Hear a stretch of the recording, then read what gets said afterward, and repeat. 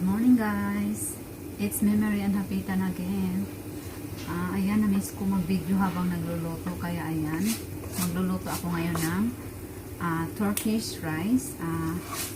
Kakaiba yung Turkish rice nila guys. Kaya ayan, kaya isi-share ko lang po sa inyo. Ayan, ito yun o, para siyang bihon sa atin. Sa Pinas. Ayan. Siyempre, ilagay ko muna yung oil and then ito. Pag nag-brown na siya, saka ko ilalagay yung bigas. Yung bigas na white rice.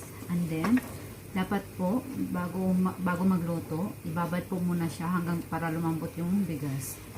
Ayan, ilalagay ko na siya.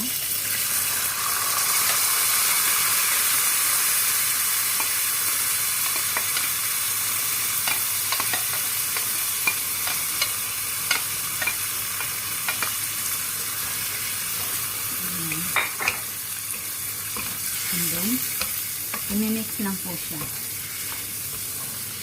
Pwede din po kayo magamit ng butter instead of olive oil. Kaya lang yung amo ko, nagda-diet, hindi siya pwede sa butter, kaya olive oil ang nilagay ko. Ayan. Ayan, na-miss ko mag-video habang nagluluto kasi halos lagi na lang ako nagbabantay sa bata. Ayan.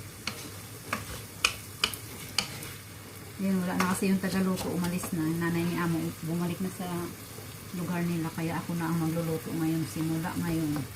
Ayan na guys, minix ko na siya. Ayan.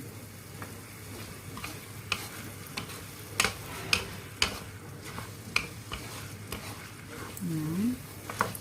Mix lang po.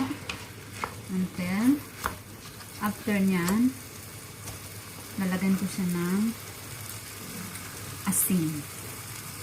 Titimplahan ko lang siya ng asin.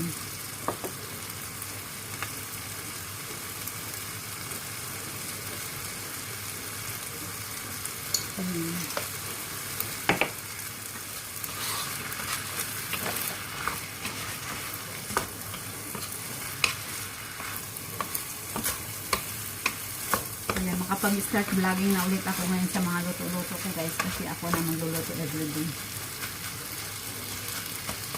Nagluto din ako kanina ng Ma'am!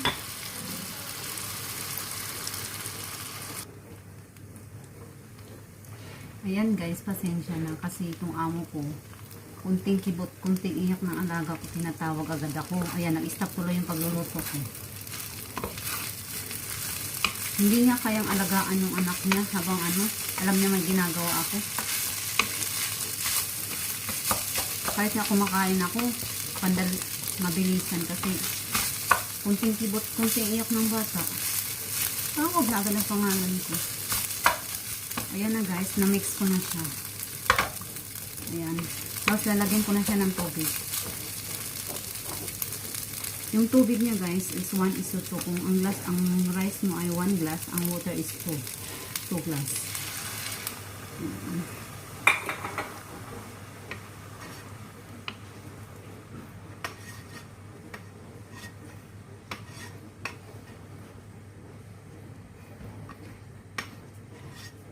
Ang hirap mag-vlogging na may istorbo.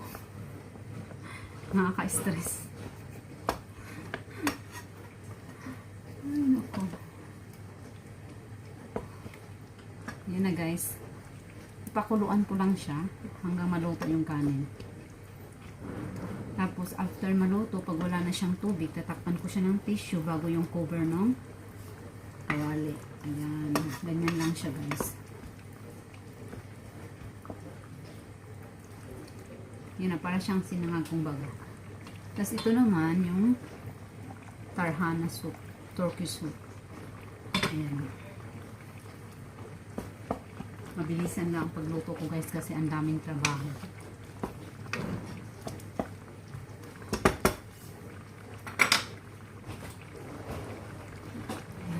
Tatakpan na natin siya hanggang maluto.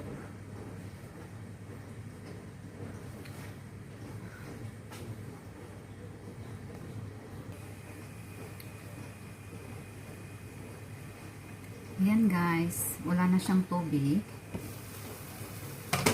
Ayan, wala na siyang tubig. Hihinaan ko na yung apoy and then tatakpan ko ng tissue bago yung tubig.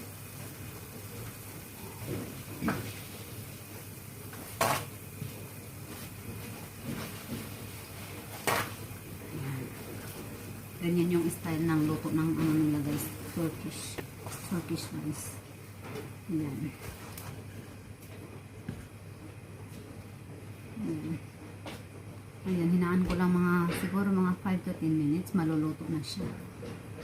Ayan guys, hanggang sa muli. Sana nag-enjoy kayo sa panonood. Please don't forget to subscribe my channel para po manood at pakikalimbang po para ma-notify kayo sa aking mga susunod na video. Hanggang sa muli, paalam. Na-miss ko mag-video. Ayan. Pero masaya pala. Ayan. Ganun lang guys.